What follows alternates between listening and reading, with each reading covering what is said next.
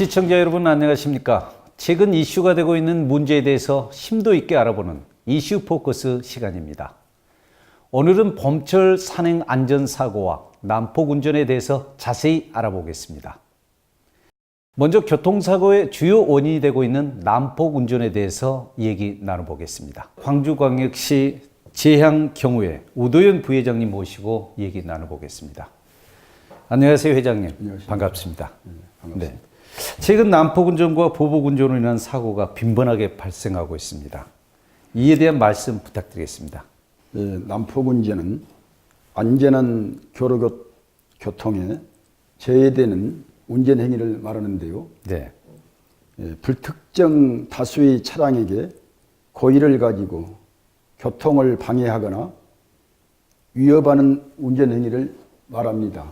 급차선 변경, 지그재기 운영, 급제동, 진로 변경, 금지 위반 등의 행위가 여기에 포함됩니다. 네. 보복운전은 난폭운전과는 조금 차이가 있는데요. 난폭운전이 불특정 다수에게 피해를 끼치는 행위라면 보복운전은 특정 차량을 상대로 난폭운전을 하며 위협하는 행위를 말합니다. 네. 이러한 상황들은 교통사고로 이어질 뿐만 아니라 자칫 주변의 다른 자동차들에게 해를 끼쳐 2차, 3차 피해까지 이어질 수 있는 위험한 행동입니다. 네. 그럼 몇 년 동안 난폭 보복운전에 대한 사례가 꾸준히 증가하고 있습니다. 어떤 이유일까요, 회장님? 예, 그동안 난폭 보복 운동은 큰 사고로 이어지지 않으면 증거가 부족해 사실 입증하기가 어려웠습니다. 네. 하지만 최근 블랙박스의 보급이 확대되면서 신고가 증가되는 추세인데요. 네. 경찰이 보복운전 통계를 관리하기 시작한 지난해 6월부터 같은 해 8월까지 보복운전은 전국적으로 398건이 적발했습니다. 그러면 하루에 6건 이상 보복운전이 발생한 셈이군요? 아, 그렇습니다. 네. 계산이 빠르십니다. 지난해부터 이 같은 문제가 사회적으로 대두되면서 난폭운전과 보복운전을 지난 2월 10일부터는 형사처벌 대상으로 일원화하는 등 단속과 처벌을 강화해 나가고 있는데요. 네. 현재 경찰청에서는 스마트 국민제보 앱 목격자를 찾습니다에 난폭 보복 운전 신고센터를 마련해 휴대전화나 운행 기록 장치로 촬영한 동영상을 신고 접수받아 처리하는 등 도로교통법 개정에 맞춰 5월 12일까지 난폭 보복 운전 집중 단속을 실시하고 있습니다. 네. 그러면 난폭운전과 보복운전의 기준은 어떻게 됩니까? 예. 또 이에 대한 어떤 처벌 규정도 궁금합니다. 난폭운전자의 기준은 신호위반, 중앙선 침범, 과속, 횡단 유턴 후진, 금지 위반, 진로 변경 방법 위반, 급제동, 앞지르기 방법 위반과 안전거리 미확보, 소음 발생 등 악업계 위반 행위 등 2가지 이상을 연달아하거나 네. 하나의 행위를 반복해 다른 차량에게 위협을 가하는 것으로 규정되어 있습니다. 네. 난폭운전을 하다 적발되면 1년 이하의 징역이나 500만 원 이하의 벌금형에 처해지는데요. 또 형사처벌에 더해 벌점 40점이 추가로 부과됩니다. 난폭운전자가 후속되면 면허가 취소되고요. 네. 불구속 입건된다면 40 이상의 면회 정지와 6시간의 특별 교육을 이수해야 됩니다. 네, 상당히 강화가 됐는데요. 예. 그럼 보복운전 경우는 어떻습니까? 보복운전의 경우는 고의로 급정지하거나 진로를 방해하며 위협의 특정 차량에게 피해를 주는 행위를 했다면 이래로도 성립이 가능합니다. 우리가 처벌 역시 난폭운전에 비해 강한데요. 네. 보복운전 행위 자체를 특수상해, 협박, 폭행, 손괴로 이렇게 구분합니다. 네. 그래서 특수상해는 1년에서 10년 이하의 징역, 특수 협박은 7년 이하의 징역 또는 1년 이하의 벌금, 특수폭행은 5년 이하의 징역 또는 1,000만 원 이하의 벌금, 특수손괴는 5년 이하의 징역 또는 1,000만 원 이하의 벌금을 물게 되어 있습니다. 네.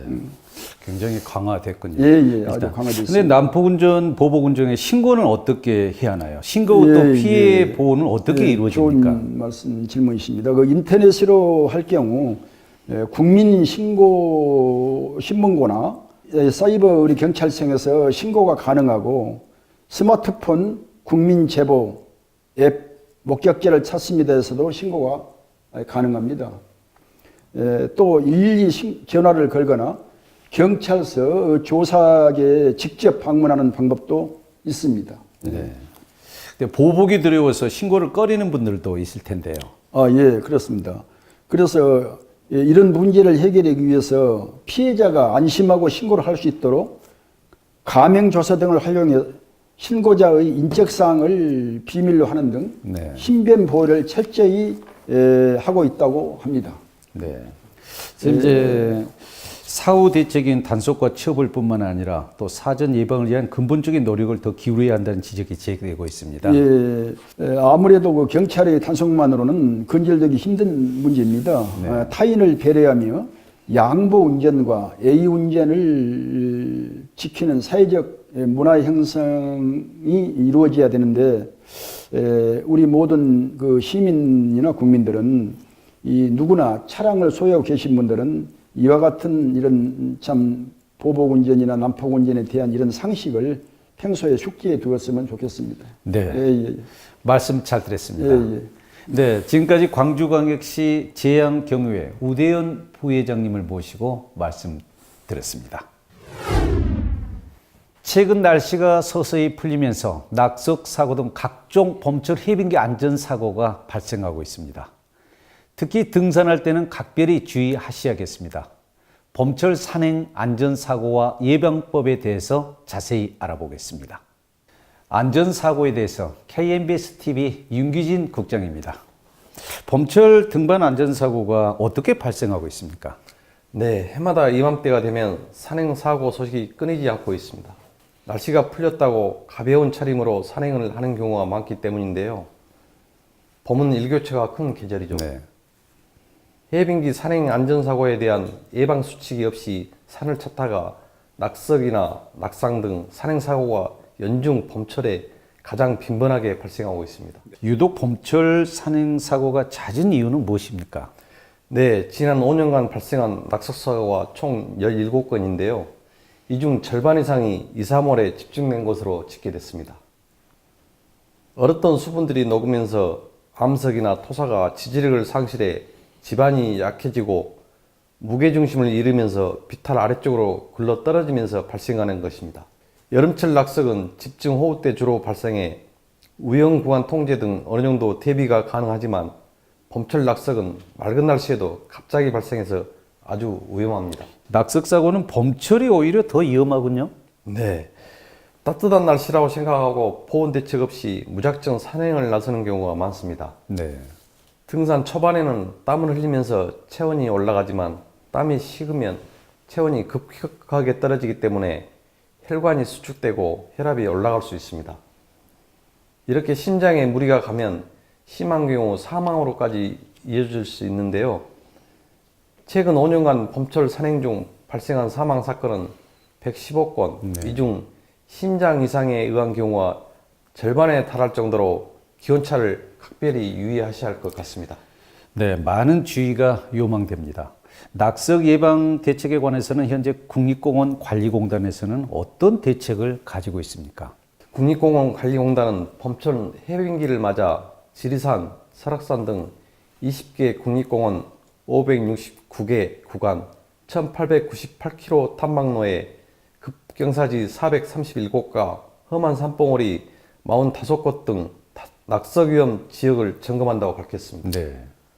공단이 정한 통제구간 산행은 금지되며 또한 국립공원 산행정보 앱을 설치하면 추락 위험지역, 낙석 발생 우려 지역 정보 등 재난안전 알림 서비스를 받을 수 있다고 합니다. 네. 그럼 사고가 발생했을 때 필요한 응급조치, 그 요령에 대해서 설명 부탁합니다. 지나가는 등산객을 만났다면 적극적으로 도움을 요청해야 합니다. 발에 쥐가 난 경우에는 자리에 앉아 발가락을 손가락으로 지압하면서 발 4개를 앞으로 구부려 당기시면 되고, 호흡이 가파른 경우에는 기도를 열고 가슴을 압박하는 등 인공호흡을 해야 합니다. 네.